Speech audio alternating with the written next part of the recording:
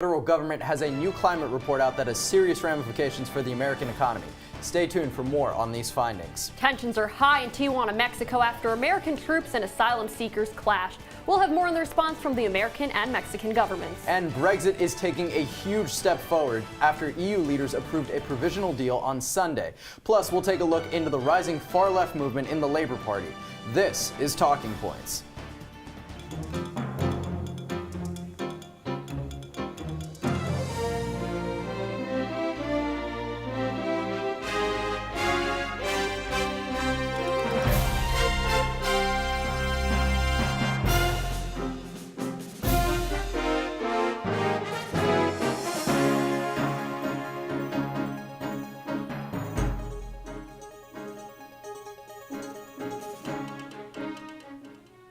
Good evening. We start tonight with some breaking news. The Associated Press is reporting that Paul Manafort has violated his plea agreement and lied to investigators in the Russia probe. This is a developing story, and Talking Points will keep you updated.